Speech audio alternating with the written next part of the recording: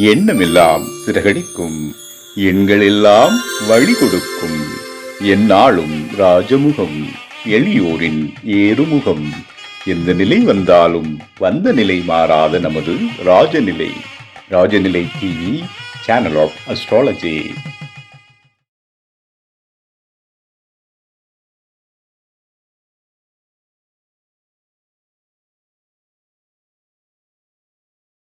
வாழ்க தமிழ், வளர்க ஜோதிடம். அனைவருக்கும் அன்பான காலை வணக்கம். இன்று பிறந்தநாள் மற்றும் திருமணநாள் கொண்டாடும் அனைவருக்கும் ராஜநிலை டிவி சார்பாக வாழ்த்துக்களை தெரிவிப்பது உங்கள் ராஜநிலை எண்கணித வித்தகர் லால்குடி செந்தில். இன்னைக்கு நிகழ்ச்சியில் பஞ்சாங்க பற்றிய குறிப்பை பற்றி தெரிஞ்சுக்க போகிறோம். 12 ராசிக்கும் அதிர்ஷ்டமான ராஜநிலை எண்களை பற்றி தெரிஞ்சுக்க போகிறோம். நம்ம தொடர்ச்சியாக நட்சத்திரத்திற்கு உண்டான பலன்களை தெரிஞ்சுக்கிறோம். ஓகேங்களா, வாங்க வீடியோக்குள்ளார போகலாம். இன்றைய பஞ்சாங்கம் தட்சிணாய காலம் பராபவ வருடம் ஆடி மாதம் 11ஆம் தேதி திங்கட்கிழமை 27/7/2026 வாஸ்து நாள். ஒரு அற்புதமான நாள். வாஸ்து பூஜை போடுறதுக்கு அற்புதமான அமைப்பு. இன்னைக்கு நல்ல நேரம் காலை 6:15 மணி முதல் 7:15 மணி வரை, மதியம் 4:45 மணி முதல் 5:45 மணி வரை, கௌரி நல்ல நேரம் காலை 9 மணி முதல் 10 மணி வரை, இரவு 7:30 மணி முதல் 8:30 மணி வரை, ராகு காலம் காலை 7:30 மணி முதல் 9 மணி வரை, குளிகை நேரம் மதியம் 1:30 மணி முதல் 3 மணி வரை, யமகண்டம் காலை 10:30 மணி முதல் 12 மணி வரை. கிழக்கு திசை என்ற சூலம். கிழக்கு திசை நோக்கி போறதா இருந்தால் ஒரு டீஸ்பூன் தயிர் சாப்பிட்டுட்டு போங்க. இன்றைய திதி திரையோதசி திதி மாலை 5:47 வரை, பின்பு சதுர்தசி திதி. நட்சத்திரம் மூல நட்சத்திரம் மதியம் 12:34 வரை, பின்பு பூராட நட்சத்திரம். யோகம் வைத்திருதி நாம யோகம். கரணம் தைத்துளை கரணம் மாலை 5:47 வரை, பின்பு கரிசை கரணம். சந்திராஷ்டமம் கிருத்திகை நட்சத்திரம் மதியம் 12:34 வரை, பின்பு ரோகிணி நட்சத்திரம்.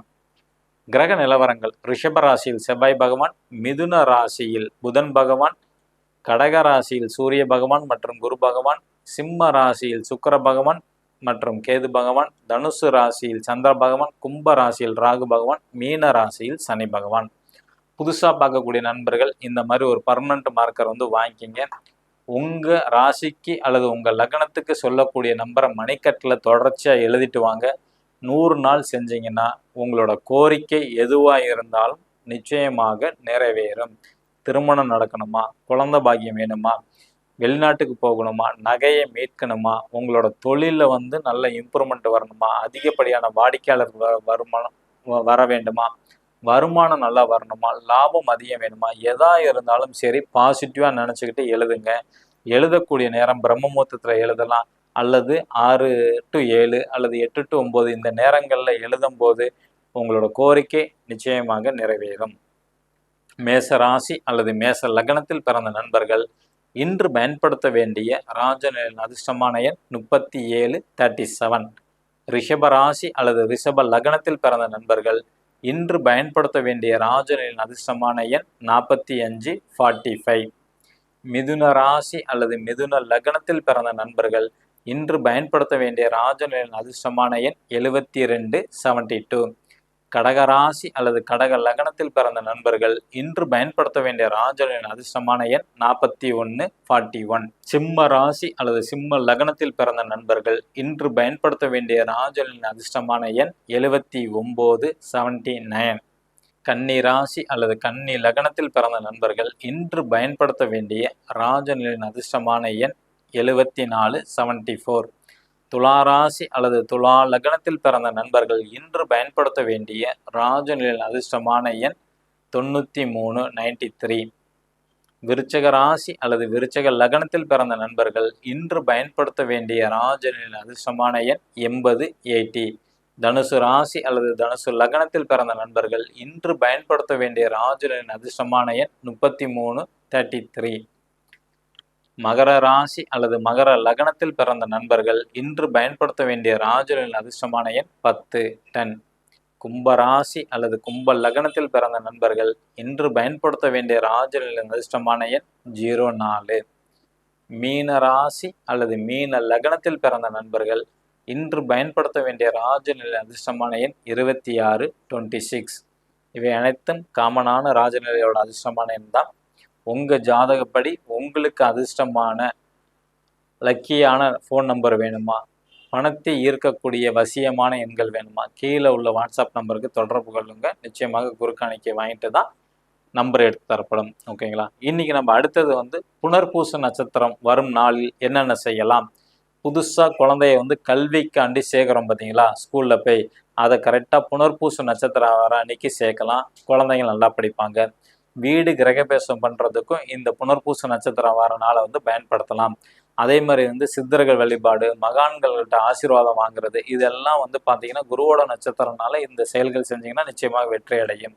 அதே மாதிரி வந்து ஞாபக சக்தி குறைவாக இருக்கக்கூடிய குழந்தைகள் யாராக இருந்தாலும் சரி, இந்த நட்சத்திரம் வரக்கூடிய நாளில் பெருமாள் வழிபாடு பண்ணாலும் ஞாபக சக்தி இன்க்ரீஸ் ஆகும். ஓகேங்களா?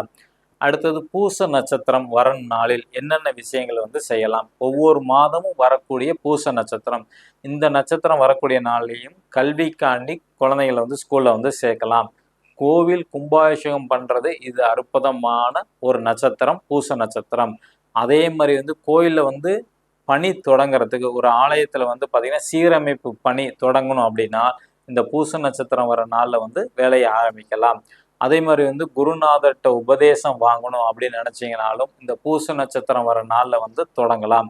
யாருக்காவது தீராத வியாதி இருக்கு அப்படின்னா இந்த நாளில் மருந்து உண்றது, புதுசாக டேப்லெட் எடுக்கிறது அல்லது மருந்து எடுத்துக்கிறது இந்த நாளில் பண்ணிங்கன்னா நிச்சயமாக நிறைவேறும். அதே மாதிரி வந்து பார்த்தீங்கன்னா திருநள்ளாறு குளம் இருக்குது பார்த்தீங்களா, அந்த நலன் தீர்த்தம் சொல்லுவாங்க, அந்த குளத்துல வந்து நீராடிட்டு ஓகேங்களா. ஆனால் ட்ரெஸ்ஸை வந்து அங்கே போட்டுறக்கூடாது, அது சாபமாக மாறும். நல்லா புரிஞ்சுங்க. ஆறு, குளம், குட்டை, ஏரி இதெல்லாம் குளிச்சுட்டு யாரெல்லாம் ட்ரெஸ் அங்கே போடுறாங்களோ அங்கே இருக்கிறவங்களுக்கு எல்லாத்துக்குமே வந்து அந்த குடும்பத்தை சேர்ந்தவங்களுக்கு சின்ன சின்ன இடையூறுகள் வரும், அது தோஷமாக மாறும். அதனால் போடாதீங்க.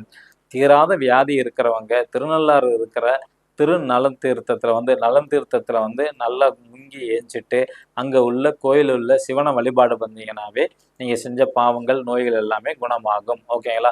அதே மாதிரி இந்த நட்சத்திரம் அதாவது பூச நட்சத்திரம் வர நாளில் இன்னைக்கு பார்த்தீங்கன்னா தட்சிணாமூர்த்தி வழிபாடு பண்ண ஆரம்பிச்சிங்கன்னா பொது ஜன வசியம் ஏற்படும். இப்போ இந்த அரசியலில் இருக்கிறவங்க, சினிமாவில் இருக்கிறவங்க, ஜோதிடம் சார்ந்த துறையில் இருக்கிறவங்க, அதாவது மக்களை வந்து உங்களை கவரணும்னு நினைக்கிறவங்க, அதே மாதிரி வந்து இந்த இன்ஸ்டாகிராம், ஃபேஸ்புக் இதெல்லாம் வீடியோ போகணும்னு நினைக்கிறீங்க பார்த்தீங்களா, இது வந்து ஜனவசியம் வர்றதுக்கு ஒவ்வொரு மாதமும் பூச நட்சத்திரம் வர நாள் அன்னைக்கு சிவன் கோயிலில் இருக்க தட்சிணாமூர்த்தி வழிபாடு பண்ணிட்டு வந்தீங்கன்னாவே உங்களுக்கு ஜனவசியம் ஏற்படும். ஓகேங்களா? அடுத்தது ஆயில்ய நட்சத்திரம் வர அன்னைக்கு என்ன சார் பண்ணுறது அப்படின்னு கேட்டுக்கிட்டிங்கன்னா, அதிகப்படியான கடன் இருக்கு, அடிக்கடி விபத்து ஏற்படுது. இந்த நபர்கள் வந்து பார்த்தீங்கன்னா சேது சமுத்திரம் அப்படின்னு சொல்லுவாங்க, ராமேஸ்வரம், அங்கே போய் அந்த கடலில் குளிச்சுட்டு வந்து அந்த ராமநாத சுவாமியை தரிசனம் செஞ்சுட்டு வந்தீங்கன்னா இந்த விபத்து கடன் எல்லாமே படிப்படியாக கொஞ்சம் குறையும். ஓகேங்களா? அதே மாதிரி ஒருத்தங்க கல்லூரியில் படிப்பாங்க அல்லது ஸ்கூலில் படிப்பாங்க, படிப்பை பாதியிலே நிப்பாட்டிடுவாங்க, மீண்டும் வந்து போக முடியாது. திருப்பியும் போகணும்னு நினச்சாலும் வந்து பார்த்தீங்கன்னா இந்த ஆயில்ய நட்சத்திரம் வர அன்னைக்கு சேர்த்து விட்டிங்கன்னா அந்த குழந்தைங்களுக்கு வந்து கல்வி தடை வராது. புரியுதுங்களா? கல்வி படிச்சுக்கிட்டு இருப்பாங்க, தடைப்பற்றும். திருப்பியும் வேற ஏதாவது ஒரு நாளில் போனீங்கன்னா திருப்பி ஸ்கூலுக்கு போக மாட்டாங்க, கல்லூரிக்கு போக மாட்டாங்க.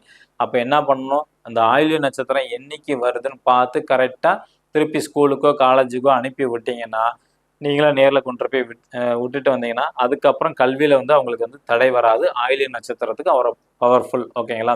அதே மாதிரி உங்களுக்கு எதிரிகள் யாராக இருந்தாலும் அவங்கள ஜெயிக்கணும்னு நினைக்கிறீங்கன்னா இந்த காலகட்டம் ஆயில்ய நட்சத்திரம் அன்னைக்கு நீங்கள் வந்து கையில் வழிபாடு பண்ணுறதுக்கு ஆரம்பிச்சிங்கன்னா நிச்சயமாக எதிரிகள் வந்து கொஞ்சம் கொஞ்சமாக அழிஞ்சு வந்துடுவாங்க. அதே மாதிரி வந்து ஒரு சில பேர்த்துக்கு ஜாதகத்தில் வந்து சர்ப்ப தோஷம் இருக்குது அப்படின்னு சொல்லுவாங்க. ஓகேங்களா? இந்த சர்ப்ப தோஷம் உள்ளவங்க தேவி பட்டினத்தில் சிவன் இருக்கிறாங்க, அங்கே போய் வழிபாடு பண்ணிட்டு வரணும். அந்த கடலை குளிச்சுட்டு வழிபாடு பண்ணிட்டு வந்தீங்கன்னா இந்த சர்ப்ப தோஷங்கிறது வந்து கண்டிப்பாக நீங்கும். ஓகேங்களா? மகன் நட்சத்திரம் அன்னைக்கு, இந்த மகன் நட்சத்திரம் வர அன்னைக்கு குழந்தை பாக்கியம் இல்லாதவங்க ஒவ்வொரு மாதமும் மகன் நட்சத்திரம் வர அன்னைக்கு பிள்ளையார்பட்டி கற்பக விநாயகர்கள் வழிபாடு தொடர்ச்சியாக ஒரு 5 மாதம் செஞ்சீங்கன்னா நிச்சயமாக உங்களுக்கு குழந்தை பாக்கியம் வந்து கிடைக்கும்.